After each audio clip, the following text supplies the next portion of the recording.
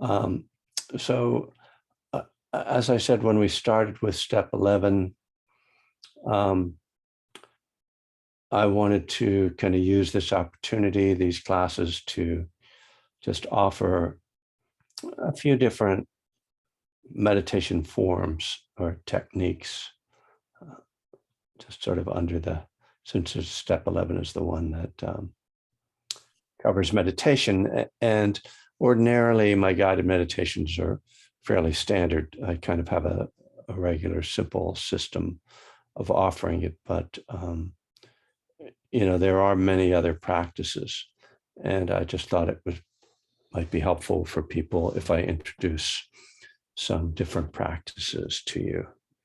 Um, so one day we might have to do like a walking meditation, but not today. Um, so let's work with this simple mantra practice that comes out of the Thai forest tradition. And before we start, let me talk a little bit about mantra and how you work with this, because there won't be a lot of instruction once we start the meditation. So mantra is essentially a concentration practice, which means it's mostly about quieting the mind. It's not about developing mindfulness, although it can be combined with a mindfulness practice. But the idea is you just keep repeating a word or phrase over and over to yourself silently,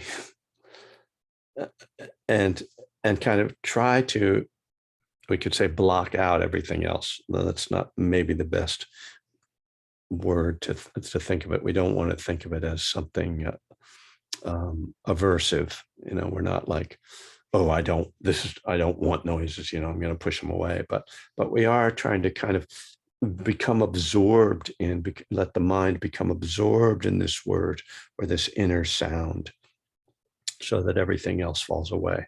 Now, in the course of that, particularly over a short meditation like this, your mind will very likely wander. So it's not that you're expected to stay with it.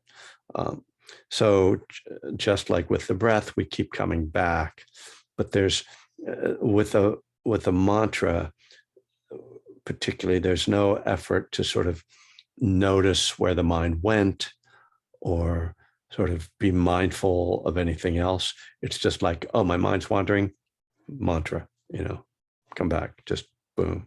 So that's the like concentration element, which is that very keeping it very simple and very much directed to the mantra itself.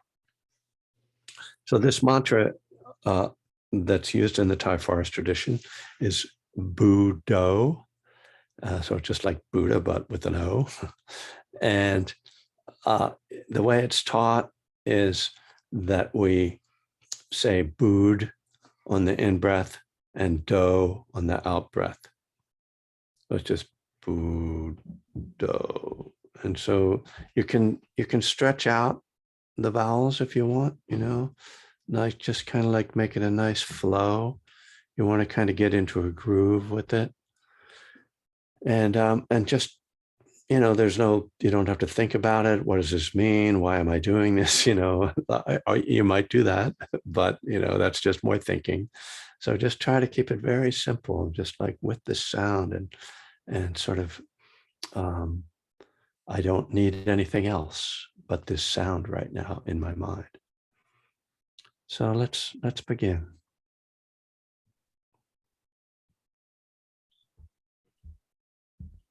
Well, of course, you want to become established in your posture.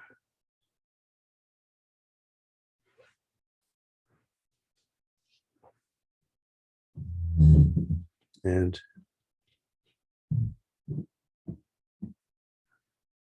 with a concentration practice, we always want to keep the body as still as possible.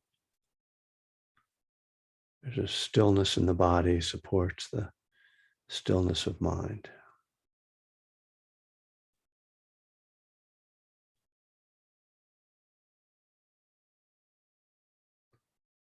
And then starting to Repeat to yourself, Buddho. Whatever pace your breath is, whether it's long or short, as it changes, just letting the Buddho adapt to that. Buddho.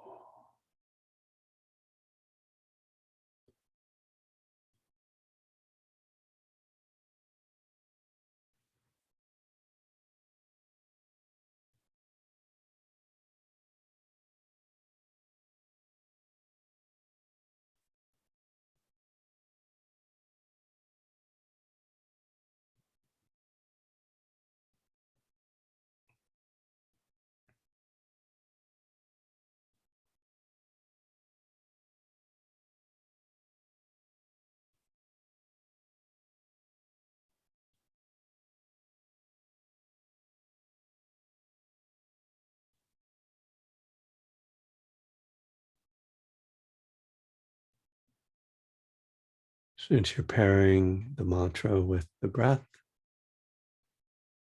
naturally there will be some awareness of breath.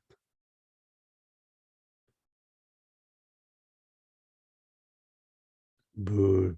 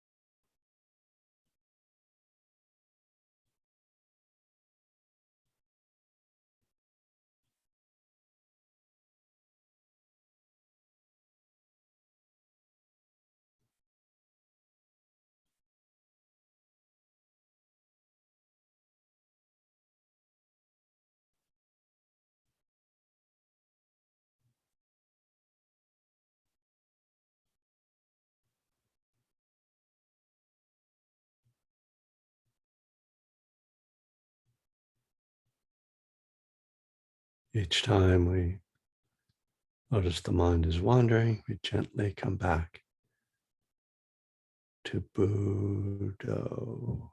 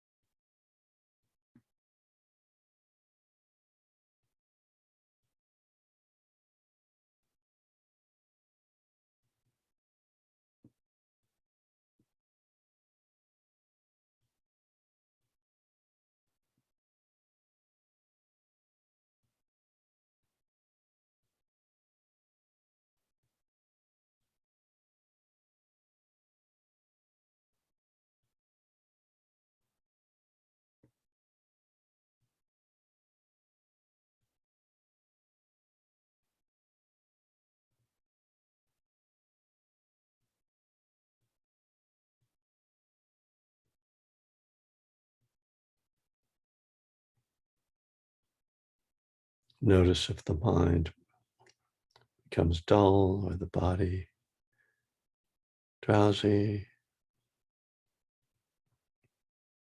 The repetition of mantra can cause sleepiness, so try to keep the posture upright and strong,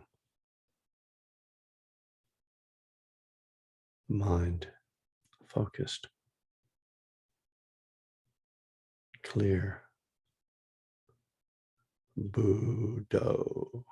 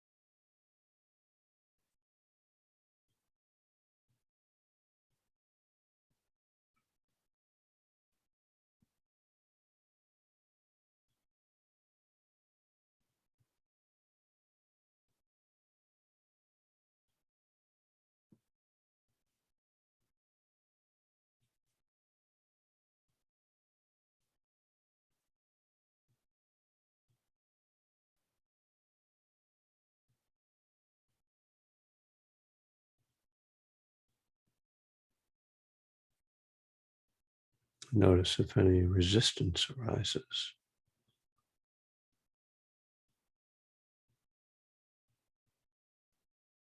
And just keep repeating the mantra.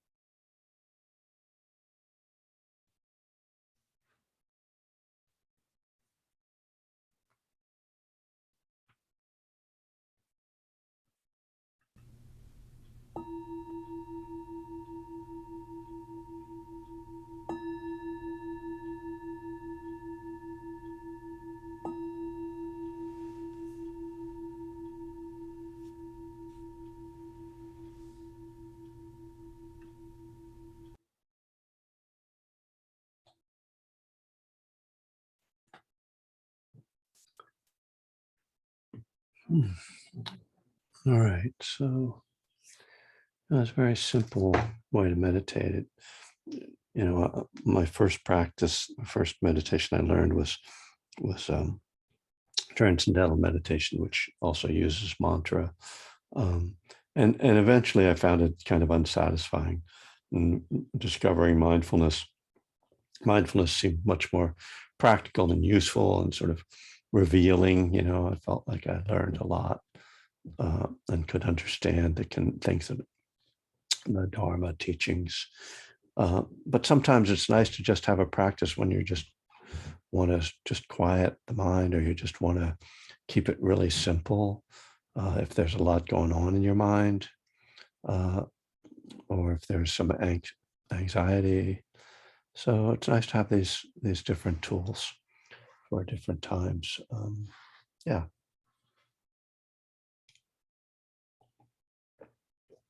So as I said, we're in step 11, and we haven't really gotten into it. So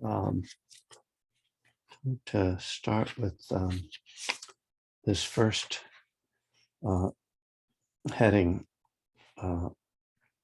step 11 after the first page, called The Seeker. And it was just like when I realized that the step says we sought through prayer and meditation to improve our conscious contact with God as we understood him, praying only for knowledge of his will for us and the power to carry that out. The sought, I realized that, oh, that's the past tense of seek, which, the idea of seeking was, something that was familiar to me. And actually I took this, I called this section of the book The Seeker, because I was thinking of the song by The Who called The Seeker. Been searching high and low, or what is it, low and high? I don't know how it goes. Anyway, call him a seeker. And it does have a bunch of funny lines in it, like about, I asked Bobby Dylan, I asked the Beatles. Anyway, I don't have the lyrics in front of me, but anyway, The Seeker. So I'll read a little bit of this. I'm making the same point, but I was sober for many years before it occurred to me in a conscious way that the word sought in the step was the past tense of seek. Seeking was very familiar to me. I'd been seeking all my life. The seeker is an archetype that has great resonance for me, one who sets off on a journey of discovery, moving beyond the comfort of the familiar to find meaning and richness in something greater than common everyday experience. From the time I discovered music, then started exploring different spiritual paths, and even as I drank and used drugs, a part of me was seeking freedom in the extraordinary. Many addicts and alcoholics share this trait of seeking. Once we redirect our energy away from seeking oblivion and toward improving our lives, this quality can be put to good use. The thirst for, parentheses, alcoholic spirits can be turned toward reaching a higher spirit. And of course, there I'm kind of referencing that Jung's famous letter comparing the spirit of alcohol with and spiritus, I think is the term he uses. So I do think this is something when I started to, well, let me put it another way. Early in my recovery, since I had already done Buddhist practice, I thought I was special and unique because I didn't run into a lot of other people in the meetings that I went to who had sort of overt connection to a spiritual path. But over time, I started to realize that, as usual, my idea of being special and unique was actually ego and was not accurate.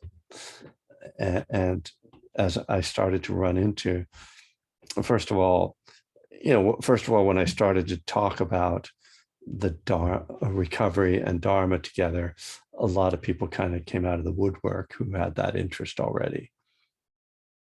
But then I started to notice too that just many people, they might have been in a cult, or they might have been very, really into yoga, or like wellness in some way, and like this idea that when you're what I think one of the false narratives of the 12-step world is that when people get sober, they are, before they get sober, they're bad. Their lives are a complete mess. There's no value in it. And then they get sober and then straighten everything out and everything's good from then on. And I know that's a simplification, but there's something of that attitude. And what I started to see, and I talk about this in various books, is that many of us had some very positive qualities, and not just qualities, but positive actions that we did before we got sober, before we got clean, before we came into recovery, whatever the addiction was, and that, but that the addiction had sort of pushed those aside or dominated in a way that those things weren't able to come to fruition. And for me, I much prefer that narrative, because it's not a black and white narrative, and reality usually is not black and white. It's usually a lot more gray. And I also prefer that narrative because I don't like this idea that we're bad people. And I mean, I know that isn't even something, people even say it in meetings, like, we're not bad people trying to get good. We're sick trying to get well, or whatever they say. But nonetheless, I guess I'm talking about what I sense, and I could be wrong, as kind of an underlying narrative. And because it also puts this sort of expectation into recovery that you're supposed to have it all together. And then if something goes wrong in recovery, you're messing up, so all of it, I think that kind of view is unhelpful. But I guess what I'm trying to get back to in this section of the book is the idea that if we did have some spiritual path, that after we get clean and come into recovery, that it's an opportunity to pick it up. And sort of like, oh yeah, I always had that interest in that. And maybe not even just a spiritual path, might be something other positive thing in your life. So, I noticed the next paragraph is something that I also find interesting. It's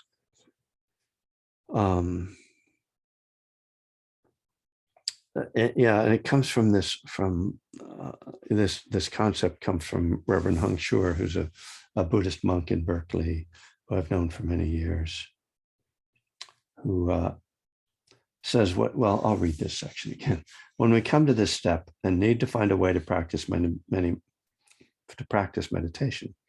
many people want to explore Buddhism.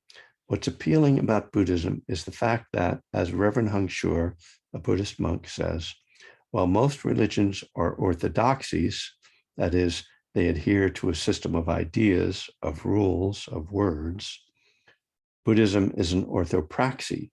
It adheres to a set of practices through which you can come to your own understanding, not one imposed from the outside. Indeed, this practical aspect of Buddhism is one of its main corollaries to the steps. 12-step programs don't care how you believe in a higher power or what you believe in. There's no requirement that you practice a certain form of meditation. The only requirement for membership is the desire to stop your destructive behavior. The 12 steps are interested in results, just as the Buddha was interested in enlightenment. He overturned much of the orthodoxy of his day, not out of rebelliousness, but simply because he found it didn't work. The same is true of the 12 steps. Bill Wilson didn't put meditation and higher power and inventory and powerlessness in the steps because he thought they would be good ideas, or even because he was particularly devoted to God or those other principles, but because he found that he and others could stay sober using these guidelines. Yeah, well, I'm going to read the last paragraph too. In the same way, as the 12-step literature says, meditation is an intensely practical tool. In the 60s, when I first heard about meditation and things like enlightenment and cosmic consciousness, I imagined meditation as some otherworldly experience, something that would carry me up and away from my mundane existence. Now I see it first and foremost as a way to support and heal my mundane existence, a tool for developing calm, acceptance, self-inquiry, and examination. And sometimes I have experiences, and well, sometimes I have experiences of great joy and bliss in meditation. That is more of a sideshow. The real meat, or tofu, if you prefer, is the way that meditation helps me to connect with my own inner wisdom and thus engage more fully with my life. Well, as usual, it's a multi-ideaed section. It's kind of interesting. I mean, I start by just talking about this idea of seeking, and then characterizing Buddhism as an orthopraxy, which is a really interesting idea. And then kind of talking about the benefit of meditation. I'm not sure if those three ideas are directly connected, they're linked, but yeah. But for me, all of these are really important, and particularly when I was introduced by Reverend Heng Shure to this idea of an orthopraxy, I really responded to that. This idea that we're not imposing a set of ideas. I mean, it's interesting because obviously the Buddhist teachings, are quite explicit, and they're full of, specific things like everything is impermanent, and suffering is caused by clinging and all this stuff. It's not that there aren't foundational ideas, philosophies. It's rather the way we are invited to encounter them. It is an invitation. There's a phrase in Pali that the Buddha says, ehipassiko, which means come and see for yourself. And that, I think, is what I'm getting at here about the orthopraxy. The practice, we start with the practice, and then we listen to the Dharma, and the practice opens our mind in a way and makes our mind capable of understanding and having insight into the Dharma. It's why, in a sense, we meditate before the Dharma talk. Because you might say, well, why don't we have the talk? So they'll tell us about the stuff, and then we'll meditate afterwards. Like, tell me how to meditate. No, we meditate first so that the mind is ready to hear the teachings. So the practice comes first. I like that idea a lot. So just a few things to chew on, if you will. If people want to talk about any of these ideas, you are free to. And if anybody wants to ask questions about the Budo practice as well, you're welcome to do that. So I'm going to open it up now. Thank you.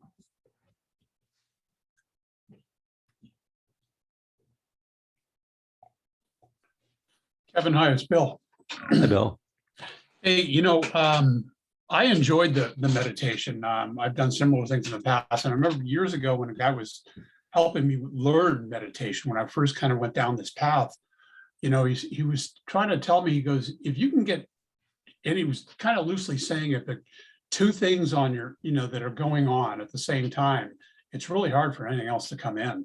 So when you were doing, the breath with the Budo, kind of a thing, it's really difficult. And then I find myself wander once in a while, but it was quite a bit less. I feel the same way as you do about meditation. I'd rather do it more of a mindful kind of a thing, but once in a while, I think this is a great tool. It's great for concentration. Yeah. Thank you.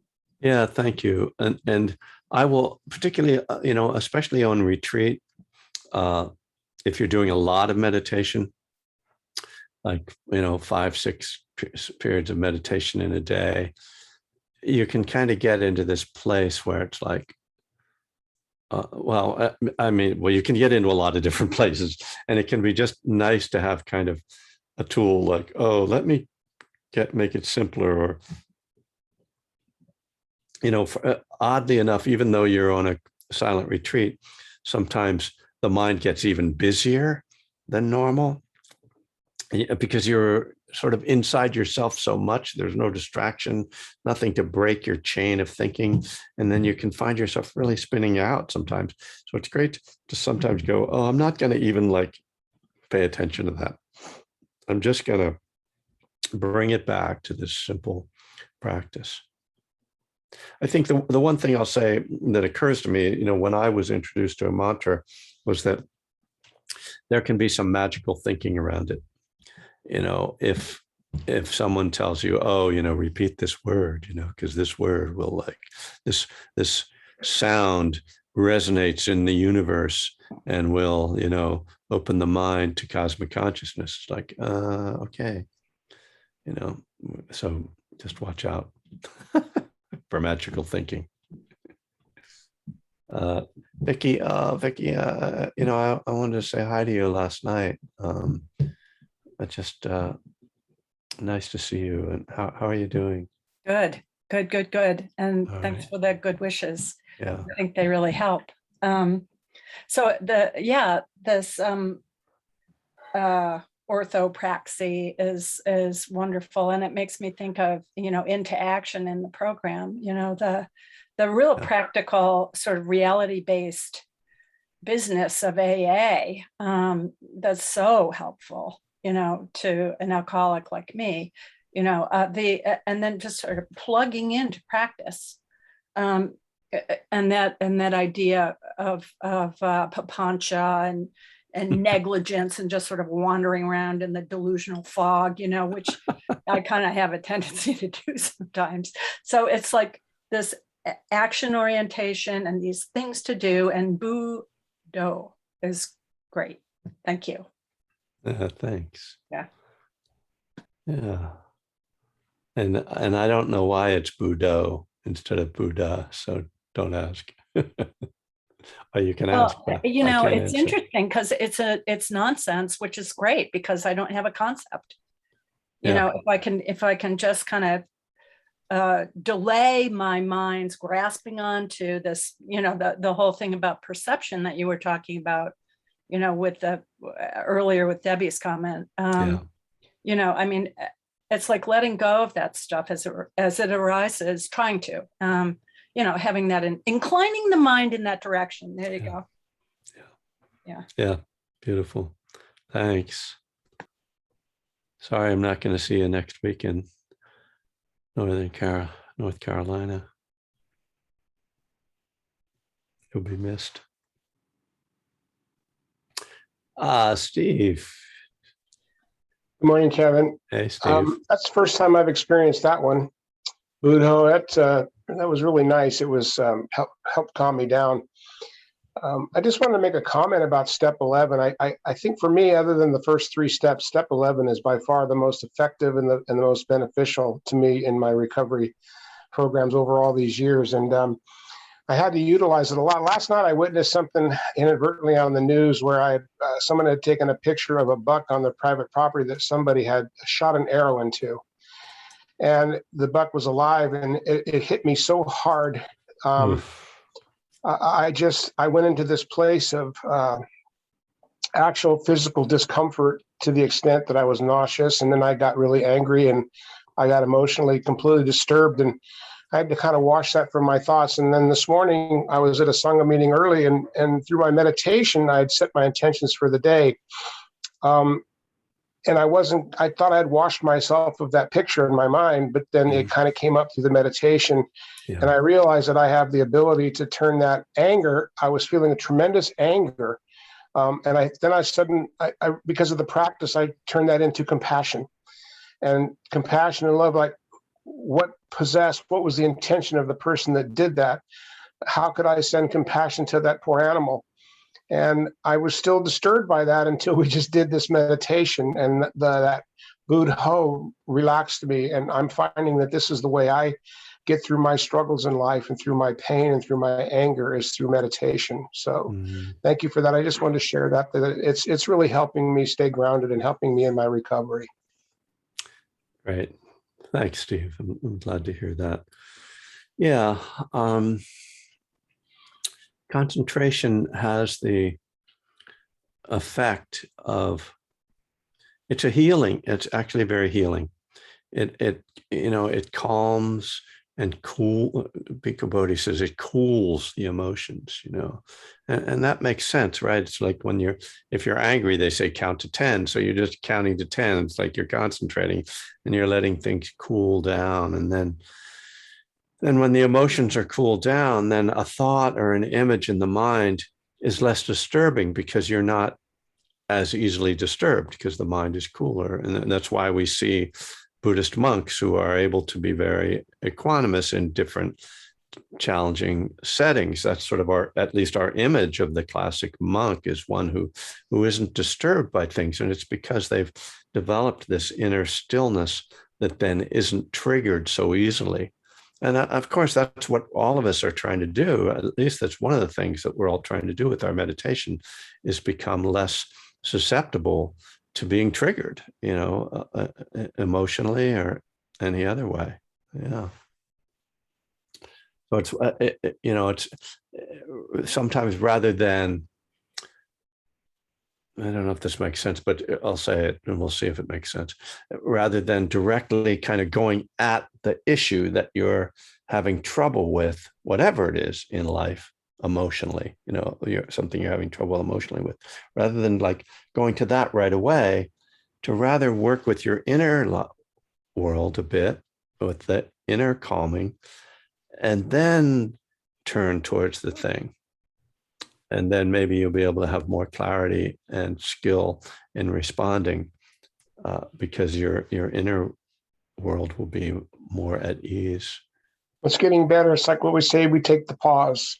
Yeah, exactly. Yeah. Thank you. Thank you. Thank you. Carol, hello. Hi, everyone. Thanks for the meditation, Kevin. I really like the mantra. And I do sometimes use mantras when I meditate. Meditation has helped me to calm down a lot, especially if I have an issue or I'm feeling some emotions. And I think my blood pressure is lower because, I sit more and more just in general. I think I'm healthier for it. And it's really helped with some self-examination. But sometimes I see images in my mind's eye when I'm meditating, and I don't know if it's kind of like dream consciousness that comes up. How do I know if this is my inner self coming through? How do I know if I'm connecting to my inner wisdom? And what does that feel like for you? I realize it's going to feel different for everyone, but if I can hear maybe your experiences with that, it will help me to connect with some of these feelings that are coming up for me when I'm meditating. Yeah, I think that's a really good question, and one that we have to be really careful with. And they talk about it in the big book too, like that it will become more intuitive, but then there will be times when we'll make mistakes.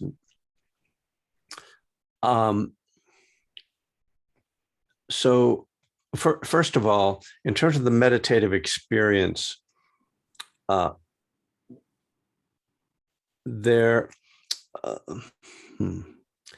concentration, when the mind starts to become concentrated, it's so calming that if we don't have a lot of energy, we'll tend to get drowsy. So this is a classic thing that needs to be balanced. Like if you have too much energy, it's like you're churned up, right? There's restlessness and the mind is agitated. If you don't have enough energy, then the mind gets dull. And so what happens when we're doing meditation and we're getting pretty deep, the concentration practices, by quieting the surface of the mind, in a sense, remove the buffers or the suppressive mechanisms on the subconscious. And so if there isn't a lot of energy there, that subconscious will come up in kind of dreamlike images. This is called sinking. The Tibetans call this sinking mind, like the mind is sinking into something. So because this is a broad topic, so I'm going to take a little time with it. So, and I might not, because everything I say might not be relevant to exactly what you're asking, but so one of the things we need to be mindful of is, are the images and thoughts that are arising in my mind, are they if they have like a dreamlike quality to them, if they are not like sometimes I'll have a thought and I'll be like, that doesn't sound like me, that's when I know, like, okay, I'm going into this state, this foggy state, because it can be very pleasant and it can seem like a spiritual state, like, wow, I'm like really warm and fuzzy, and there's kind of this dreamy thing. It's like, oh, maybe I'm getting enlightened, or maybe I'm falling asleep, so at that moment I've learned to just like make more effort to stay awake, and typically I might open my eyes and sit up and take some deep breaths, like, oh, I'm kind of falling out here. So that's one thing to start in terms of the meditative experience, right? Is to just bring mindfulness to the energy level, and because there can be, pleasant things that arise in meditation that are not these drowsy states, and so that are not a problem. So there's that. But in the bigger question, I think you're asking about, how do I know whether something is intuition versus is it just my preference? Is that some part of what you're getting at? Like, I'm meditating and I have an idea. It's like, is that just me, or is that like intuition coming? Yes. So my approach to that is, don't act right away. Put that, kind of go, that's interesting, kind of like that idea. And then I usually take it to wise people, as the Buddha talks about, a wise person. That's like my wife, my good friends, people I trust, and I'm like, I had this idea. I was thinking of like, stopping teaching meditation and seeing if I could become a professional golfer. Well, do you think that's a good idea? I think I'm, no, I think you're in delusion, or it might be something very practical, like, oh, yeah, that's a really good idea. Like, I was thinking about writing a book about this topic, but am I crazy? Is that a good idea or not? So then, it's very practical. So I'm not assuming that I have all the answers, and the truth is, I listen to others. And then I ask myself, then I listen to myself, because here's an example of this, actually. My book that I just got, a contract with Shambhala, I self-published that book. And when I got the idea that I might try to sell to Shambhala, various people, knowledgeable people, told me, you'll never be able to do that. You're wasting your time. Don't bother. Because they won't publish a book that was self-published already, particularly one that's not selling well. But I had this idea. I was like, I think they really like it. I think maybe they, and so, that was my intuition. And then I listened to people, and then I was like, I disagree. And of course I was right. So, yay me. But, that to me, I know that's not like a particularly like Buddhist answer, although it is. I mean, you're always told to like go to your teacher, and in recovery, go to your sponsor, right? So, so I try to combine the two, combine like my own sense of intuition and and listen to others, and you know, Thank you. nothing particularly, you know, special about that idea, but yeah. Thanks, Carol. Sherry, how are you doing? I'm doing well. Oh, good. I just loved your little talk there 2 seconds ago. Oh, That isn't what I was going to say, but I did love that. I've always thought of intuition as being my higher power talking to me. That's how I deal with intuition. yeah, yeah. But what I was going to say was, I went to a workshop once. Well, I've always been jealous of people that can name their plants and their trees and their, you know, and with scientific names and common names and all that. And I thought, my brain doesn't work that way. I can't do that. And so then I went to a workshop once, and we did that practice of going outside and looking at the irises and looking at the flowers and the plants and the gardens without naming it, without naming the birds, without naming the insects, just to see. And we practiced that for one kind of a whole afternoon, and it was wonderful. It was a whole way of looking and seeing and feeling. You know, you kind of experience something on a whole different level.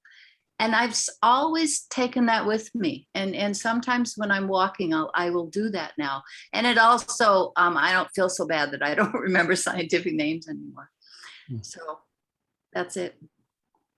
That's really nice. It's interesting, isn't it?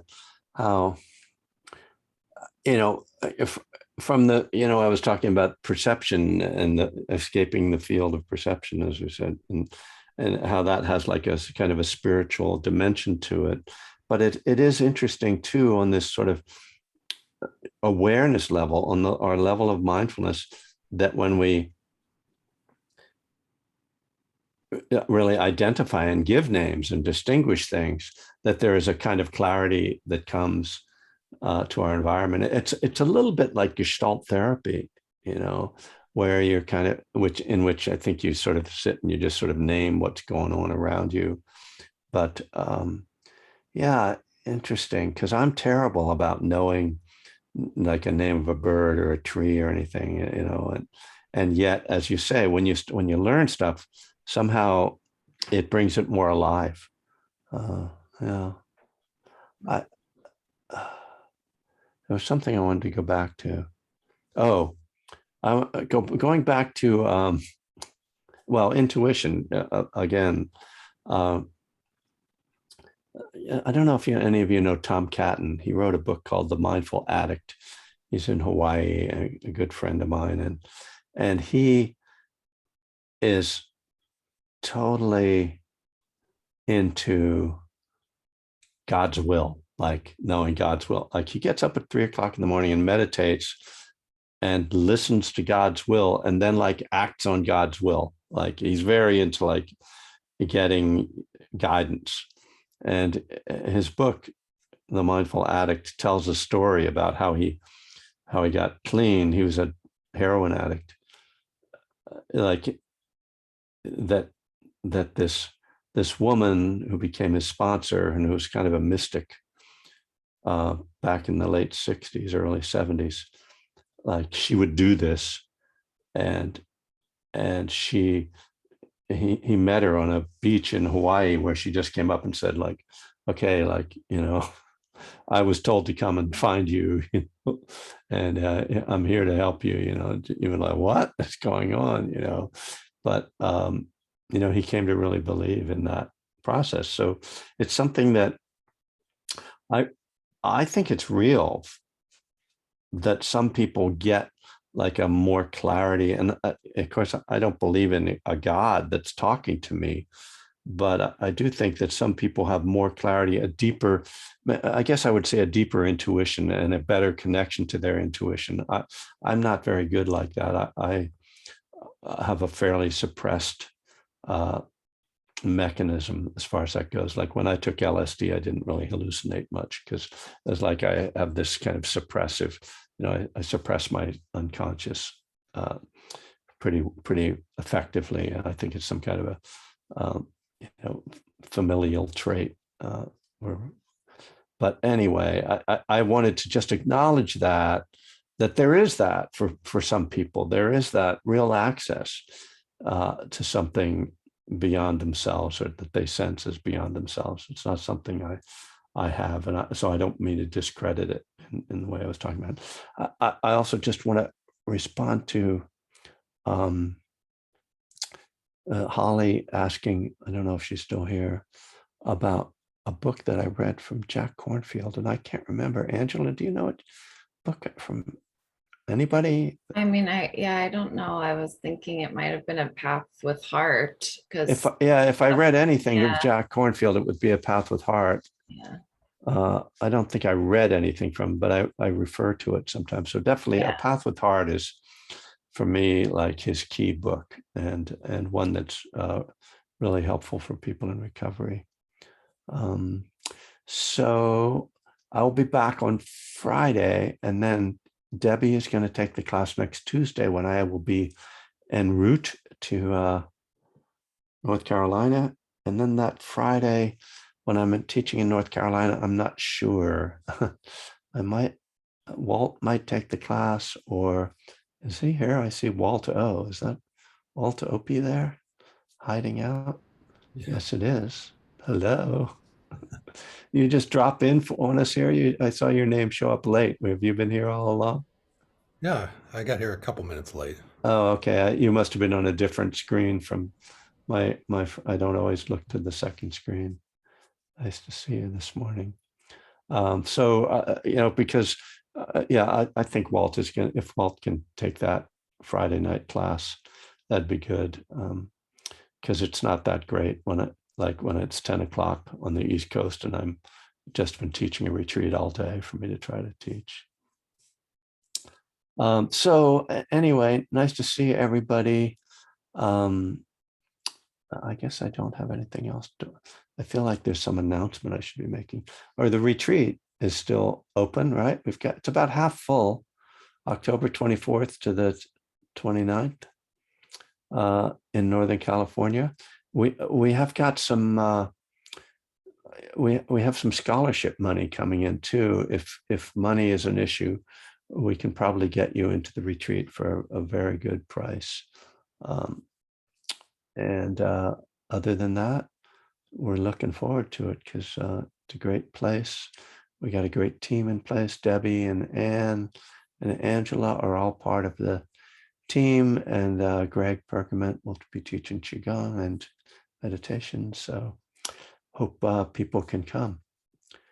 All right. Blessings. Be well, stay safe.